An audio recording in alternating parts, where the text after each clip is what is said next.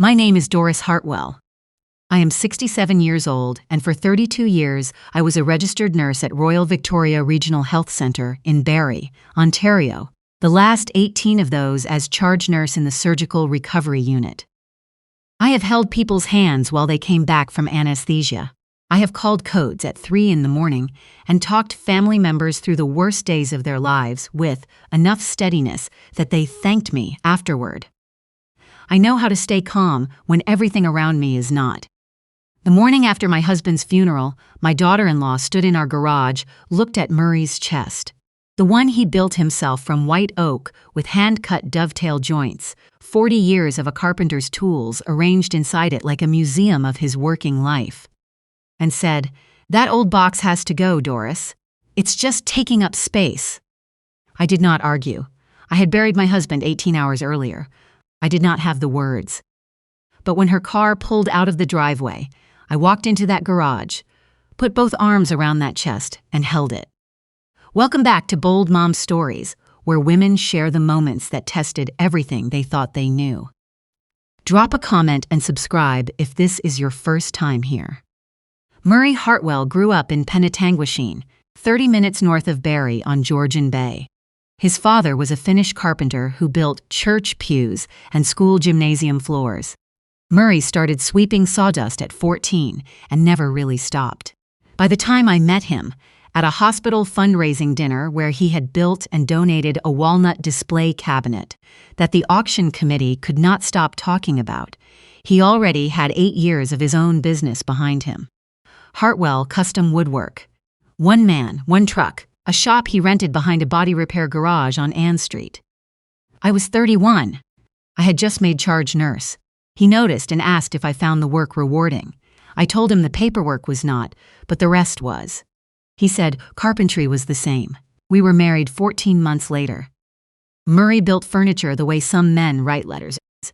With patience, with intention, with care for things that did not strictly need care but deserved it anyway. His dovetail joints were tight enough that you could not slide a business card between them.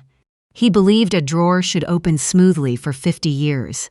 He built everything to last longer than he would, which turned out to be a fact, not just a philosophy. We lived on Kozlov Street in Barrie for 33 years, nothing grand. A 4-bedroom with a detached garage Murray converted into a proper woodshop, dust collector, bandsaw, bench vise bolted to a workbench he built in 1993 and never had reason to replace. Every chisel sharp, every plane set true.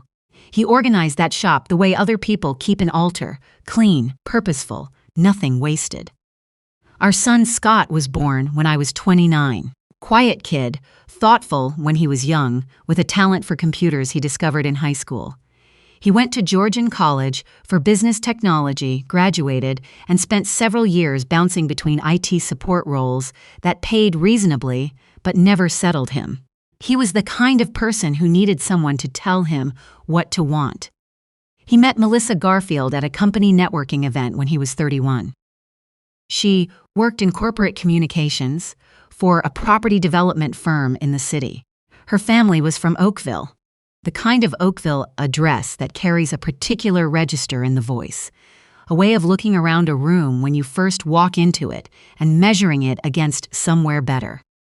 Her father was a semi-retired investment advisor. Her mother, Ingrid, hosted fundraising lunches and drove a car whose make I could never remember because I was never impressed by cars. From her first visit, Melissa had a way of making our house feel like something she was tolerating. She did not say anything rude. She said everything politely. Those are different things, and the second one is harder to answer. When Murray showed her his workshop, she stood in the doorway with her hands in her coat pockets and said, "You must love working with your hands." Murray said yes. He did not hear the way she said it. I heard it. I heard hands in italics, the way you might say someone really loves their collection of decorative spoons. They married in 2015 at a vineyard in Niagara-on-the-Lake. Murray looked proud in the quiet way he had when something he cared about turned out right. In 2018, Scott and Melissa bought a house on Harvey Road in Barrie, a 1978 split-level, neglected in specific and expensive ways. The kitchen was original, oak veneer cabinets so swollen from moisture that 3 doors would not close. The basement was unfinished concrete. A home inspector's report listed 14 deficiencies. 8 of them involved woodwork, cabinetry, or structural finishing. They sat at our kitchen table with contractor quotes spread between them. The numbers ran from $82,000 to $107,000. Melissa pushed the papers toward Murray with both hands, the way you slide a problem across a desk when you have already decided who is going to solve it. Family helps family, right, Murray? Murray said yes, he was that kind of man. He started the following March. He worked Saturdays and most Sunday mornings. He built new kitchen cabinets from scratch. Cherry wood, soft close hinges, full extension drawers, the kind of work that took time because it was done right. He rebuilt the bathroom vanity and the linen tower. He framed and drywalled the basement, built a media unit into the back wall, installed maple hardwood flooring through the main level, hand-nailed, finished on site. He came back in 2020 to build a cedar deck and pergola off the back because Melissa had seen something online and Scott had asked if Dad could manage it. Murray could manage anything. That was never the question. He kept records of everything in a green hardcover notebook he stored in his chest alongside his tools. I did not know about the invoices. I knew he was working over there. I dropped off lunch on Saturdays. I saw the sawdust on his clothes. But I did not know he had been sending invoices that were never paid, or that Melissa had promised payment when they refinanced, and then refinanced twice without a single check. Murray was diagnosed with pancreatic cancer in January of last year. The oncologist at the Simcoe Muskoka Regional Cancer Program used the phrase limited treatment options in the careful voice that means something else entirely. I recognized it. I had used it myself across 3 decades of difficult conversations. Murray did not complain. He kept coming out to the shop most mornings through April. By May, he was sitting on a stool instead of standing. By July, he was mostly at the kitchen table, organizing the notebooks and papers he kept in his chest with the quiet efficiency of a man putting his affairs in order. One afternoon in August, he held my hand and said, "Don't let anyone throw out my chest, Dory. Promise me." I promised. Murray died on a Tuesday morning in September. 53 people came to the service at Kempenfelt Community Church. His friend Lorne from the Barrie Woodworking Guild sat in the 3rd row and cried without making a sound. 2 former clients stood in the back. Scott held himself together until the recessional, and then he did not. Melissa checked her phone once during the tribute. I saw her do it. The morning after the funeral, she was at the house before 9. She said she was helping me sort through things. She walked straight to the garage and looked at the chest.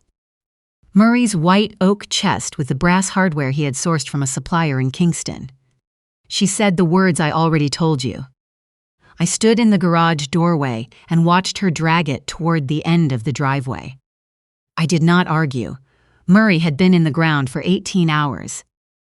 That night, after she was gone, I went outside in the dark and I brought that chest back inside. The October air off Georgian Bay had that edge to it, the kind that tells you summer is finished. The chest was heavier than I expected. Murray built things to last, not to be lifted easily. I set it on the kitchen table and sat down in front of it. The smell when I opened the lid, Danish oil and sawdust, something faintly mineral, like a workshop on a cold morning, closed my throat in a way that took a moment to recover from. His chisels were there, wrapped in a canvas roll. His combination square. His marking gauge, the wooden one his father had given him. A card scraper set. Sandpaper and graduated grits banded and labeled. A pencil worn down to 3 inches. I picked up each one. I held the combination square and thought about his hands. Then I lifted the tool tray. It was a fitted wooden tray he had built himself, sitting on a ledge inside the chest. When I lifted it clear, something shifted beneath it. A soft sound, like papers settling. I looked down. There was a panel, fitted precisely to the bottom interior of the chest, the same white oak as the rest, with a small routed channel on one side, just wide enough to get a fingernail under. In 41 years, I had never known it was there. I found a chisel and pried it up gently. Murray's own tools opening Murray's own secret. Underneath, a sealed plastic document sleeve. Inside, 3 notebooks and a folded sheet of yellow paper. The first notebook was the green hardcover, work log. Dates down the left margin, hours in a column beside them. Tasks in his careful carpenter's shorthand. March 17, 2018. Demo existing kitchen cabinet sets. Prep walls, 6 hearts. March 24. Begin face frame construction. Cherry lumber, 8 hearts. Entry after entry. 2 years and 4 months of Saturdays and Sunday mornings. The second notebook held invoices, handwritten first, then recopied neatly, each one addressed to Scott and Melissa Hartwell, 74 Harvey Road, Barrie, on. Itemized by project, kitchen cabinetry and installation. Labor at $60 per hour, materials at cost. Bathroom vanity and linen tower. Basement framing and flooring. Cedar deck and pergola. 3 invoices total, sent in December 2019, September 2020, and June 21. Total across all 3, $112,400. The third notebook held receipts. Home hardware, Rona, Windsor plywood on Brine Drive, dated. Stapled to their corresponding work log entries, and tucked behind the receipts, photographs, 4x6 prints, dates written on the back in Murray's hand. Murray in the gutted kitchen measuring walls. Murray running maple flooring through the planer in his shop. Murray on the deck frame in the rain, wearing the green jacket I bought him for Christmas in 2019. Because the concrete footings had been poured and the posts could not wait. In that last photo, he was not smiling. He was working. For Murray, those were the same thing.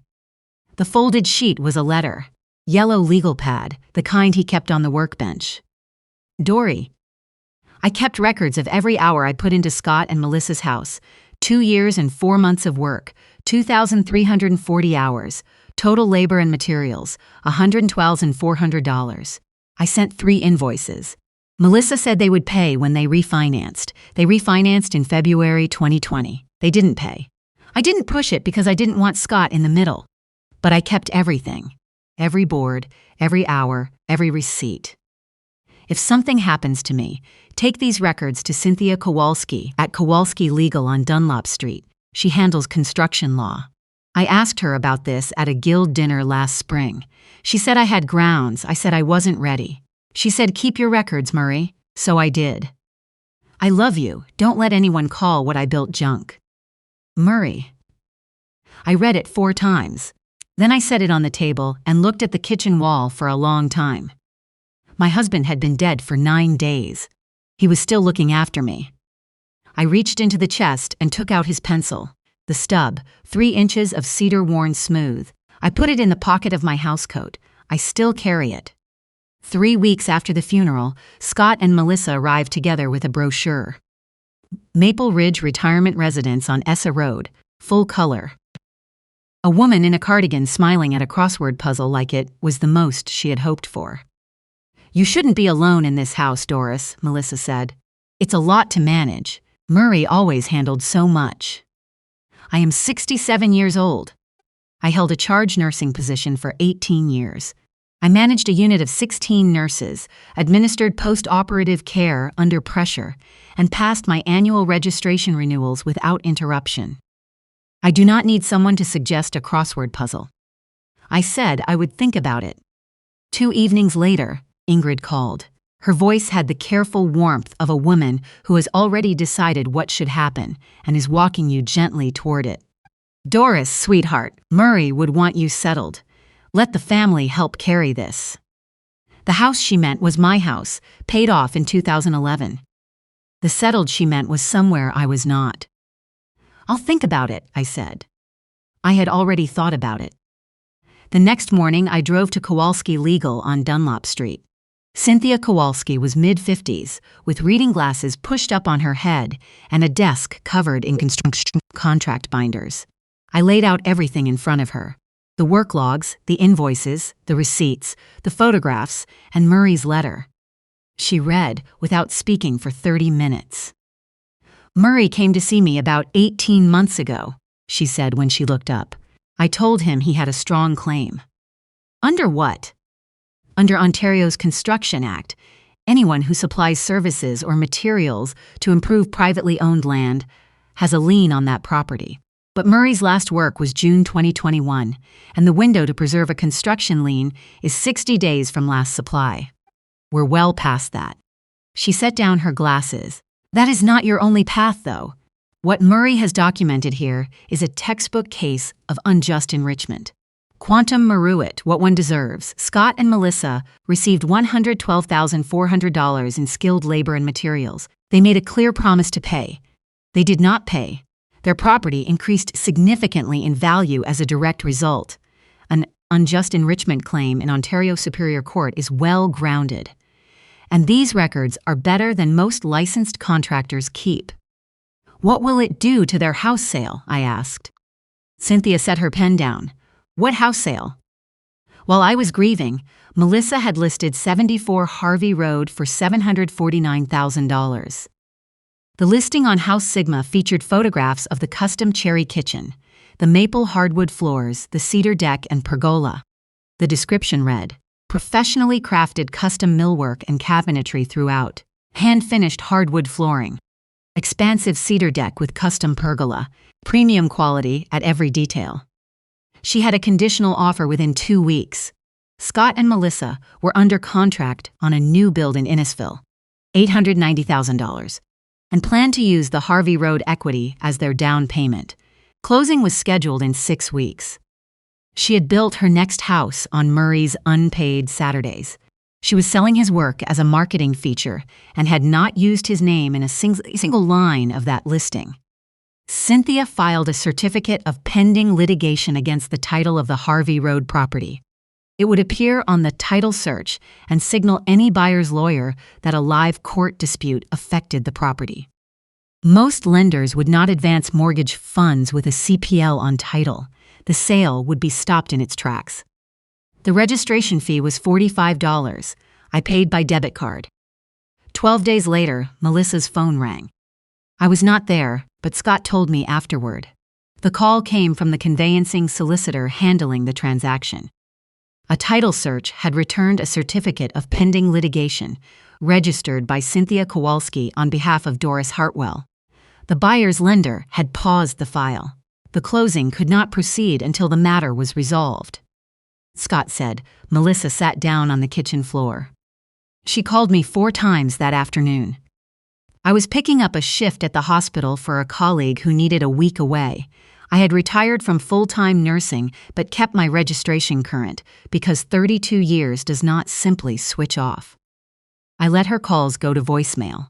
Her third message was 40 seconds long. Her voice had left its managed register. I listened to it that evening at the kitchen table with Murray's chest in front of me. 40 seconds. Murray worked 2 years and 4 months. I did not call back. Melissa's response was efficient, which was her best quality and her most dangerous one. She told people at Scott's office that I was confused and not coping well. She told her book club the legal filing was fake paperwork, the mistake of a grieving woman rewriting history. She lowered her voice in certain company and mentioned grief and age in the same sentence, letting the implication settle without saying it directly. Ingrid called 2 women who had known Murray through his professional association. She said she worried about my mental state. The word she used was fragile. Lorne from the Barrie Woodworking Guild heard about it on a Thursday evening. He called me on the Friday morning. Is it true what she's saying? I told him everything. There was a long pause on the line. Murray told me once that he'd done a lot of work over there without seeing a check, Lorne said. I told him to get it in writing. He said he didn't want to make it into something. He made it into something else instead, I said. He made it into records, Lorne said. Which is better?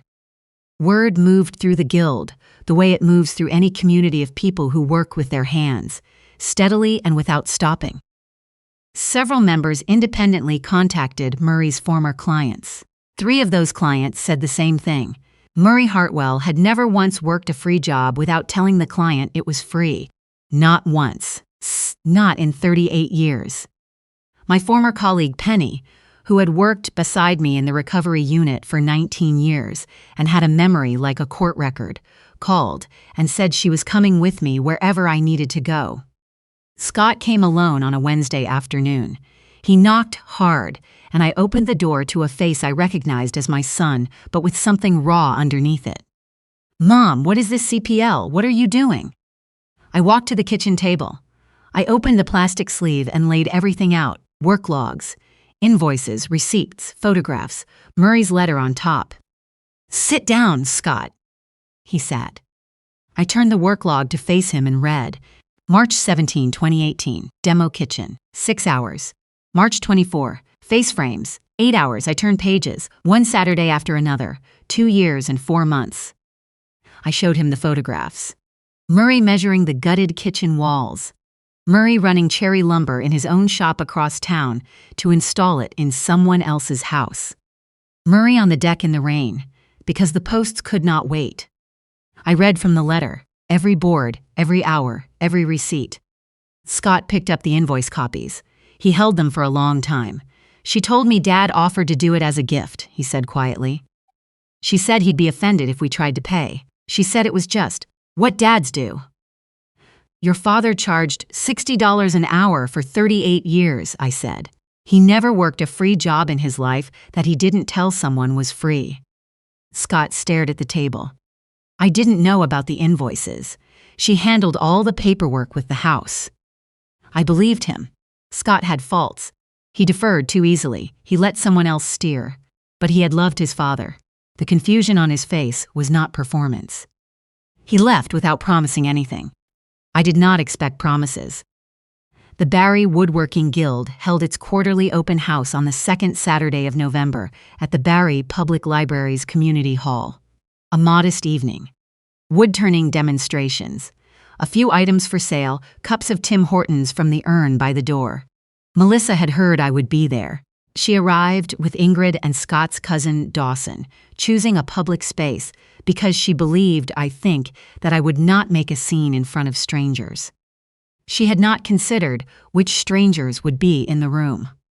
The community hall was full of people who had known Murray Hartwell for decades. Lorne had mentioned the open house at guild meetings for 2 weeks. Bernard Korhonen, a retired furniture maker who had mentored Murray in his early years and was now 81, had driven up from Collingwood because he had heard what was happening and intended to be there when it was addressed. I wore the burgundy blazer I had bought for the Nursing Association's recognition dinner in 2019. I put Murray's pencil stub in my jacket pocket. Melissa found me near the display tables, pulled a chair to face mine, and slid a single sheet of paper across to me. CPL withdrawal form. Her expression was managed and warm in the way that does not reach the eyes. "Doris, we need to resolve this. This is hurting the whole family." I did not touch the paper. I opened my bag and set the plastic document sleeve on the table. And then I spoke. In the same voice I used during ward handovers and difficult family meetings. Clear, level, without apology. I turned the work log to face the room and read dates aloud. I laid out the receipts from Home Hardware, from Rona, from Windsor Plywood. I showed the photographs. I read from Murray's letter. "Don't let anyone call what I built junk." The room had gone quiet around us. Lorne was standing to my left. Bernard Korhonen stood at the back with his arms folded, 81 years old and entirely unmoved. Penny was beside me, the way she had been beside me through 32 years of moments that needed a second person in the room. Melissa's chin lifted. "Murray did that work because he wanted to. You know how he was. He couldn't watch Scott struggle." "Then why did he send 3 invoices?" I set them on the table, dated, itemized, addressed to 74 Harvey Road. Ingrid leaned forward. "Murray was a generous man. He would be heartbroken to see this family broken over money." He was heartbroken enough to keep 2 years of records inside a hidden panel he built with his own hands, I said. "That is not what a man does when he considers something a gift." Bernard Korhonen spoke from the back of the room. He did not raise his voice. It carried anyway, the way a voice does when it has been the final word in a workshop for 60 years. I have known Murray Hartwell since he was 22 years old. He built custom furniture for clients who waited 18 months for delivery. He did not give away his work, not to family, not to anyone, without saying so plainly. Lauren said, I drove past Harvey Road on a Saturday morning, 3 summers running, and saw his truck parked outside. I thought he had a commercial contract. That's how much work it was. Dawson, who had known Murray his whole life, who had worked beside him building a wheelchair ramp for his own parents 6 years earlier, Murray waving away any offer of payment. Dawson picked up one of the invoice copies. He looked at it and set it down. Melissa, he said quietly, this is $112,000. That is not a favor. That is a career. Melissa stood up. Her voice had left its managed register and found something underneath it. This is extortion. You are using a dead man's name to take money from your own son. She turned to the room with her arms spread. She is doing this out of jealousy. She has always resented what Scott and I built. She could not stand that we had a nicer house. I waited for the sentence to finish. Then I spoke quietly, because the room was already leaning in. I am a registered nurse with 32 years of practice. I passed my annual registration renewals without interruption through all of them. I am not confused. I am not fragile. I am not rewriting history. I paused. I am asking you to pay for the work my husband did on your house. 2 years and 4 months of skilled labor. $112,000 in documented hours and materials. That is not jealousy. That is an invoice. The room watched Melissa standing with her jaw tight and her face flushed, and me sitting with my hands folded on the table. The contrast said everything that needed saying. Cynthia Kowalski stepped forward from the edge of the room. I had asked her to attend as a precaution. She was brief, the way effective lawyers are brief. My name is Cynthia Kowalski.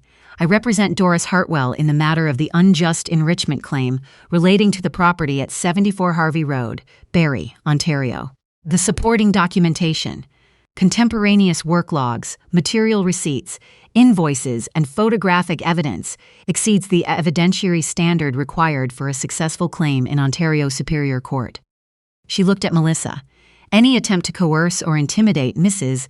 Hartwell into abandoning this claim, including suggesting she is mentally incapacitated or not of sound judgment, could constitute elder financial abuse under Ontario law. The consequences of that finding are significant. Ingrid went still. She looked at her hands. Melissa sat down slowly, as though her legs had made the decision. I stood up. I had not planned to, but I was standing. I am not here to destroy anyone, I said. I looked at Scott's cousin Dawson, at Lorne, at Bernard and Penny, and the room full of people who had known Murray long before I had met him. I am here because my husband's work had value. Every Saturday morning he drove across this city to build something that would outlast him. He charged $60 an hour because that was what his skill was worth. He kept records because he was an honest man who expected honest treatment in return. I touched the pencil in my pocket. These notebooks are not junk. These photographs are not junk. This is his working life, and I will not pretend otherwise. I took a breath. My terms, the amount owing, $112,400, to be paid within 90 days, structured through our respective lawyers however makes sense given the pending sale. When it is paid, I will withdraw the CPL and the title will be clear. I paused. I intend to use the money to establish the Murray Hartwell Woodworking Bursary at Georgian College's School of Skilled Trades. For students entering the carpentry and joinery program who need financial support to finish what they started. Bernard Korhonen started to applaud, slowly, the deliberate way of a man who means it. Then Lorne. Then Penny. Then Dawson, who looked at Melissa once as he clapped, not unkindly, but without question. The room applauded. Melissa picked up her purse and walked out without speaking. Her heels were quick and sharp on the library floor. Ingrid followed. At the door, she stopped and looked back. At me, at the documents still spread across the table, at Bernard and the room full of people who had known Murray Hartwell before she ever said his name. Something crossed her face. Not regret exactly. The quiet recognition that she had taught her daughter to measure people by what they earned and to overlook the ones who earned it with their hands. Then she turned and left. Scott came to me last. His eyes were red. His shoulders were rounded the way they had been when he was a boy and had broken something he cared about. "Mom, I'm sorry. I should have asked more questions years ago." I took his hand. I held it the way I had held it when he was small and afraid and needed someone to stay still.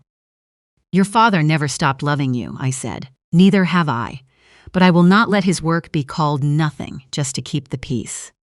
He nodded. He squeezed my hand once and walked out into the November dark. 4 months later, Scott filed for separation. He moved into a 2-bedroom apartment on Dunlop Street, not far from Cynthia's office. He took a project management role with a local construction firm, entry-level, but honest work, and he was organized and good with logistics. He visited me every Sunday for dinner. We ate at the kitchen table where I had first opened Murray's chest. We did not talk much about Melissa. Everything that needed saying had already been said at the library. The claim was settled as part of the separation agreement. The payment came from the proceeds of the Harvey Road sale, which closed in the spring at a price that still reflected Murray's workmanship better than Melissa had reflected Murray.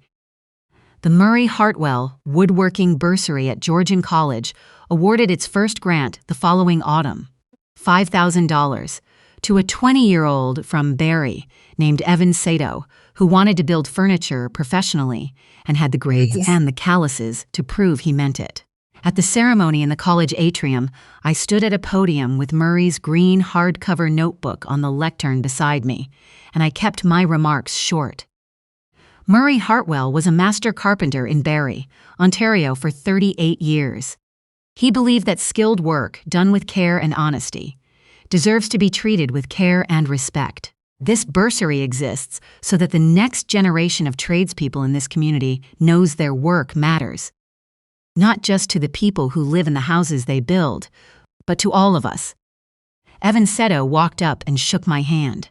He had calluses already. Murray would have liked that immediately. Scott sat in the second row, wearing his father's old flannel shirt, which he had asked me for, and which I had given him gladly. He applauded longer than anyone. When Evan walked back to his seat with the bursary letter, Scott caught my eye across the room and nodded once. It was enough. Murray's chest sits on the workbench in his shop now.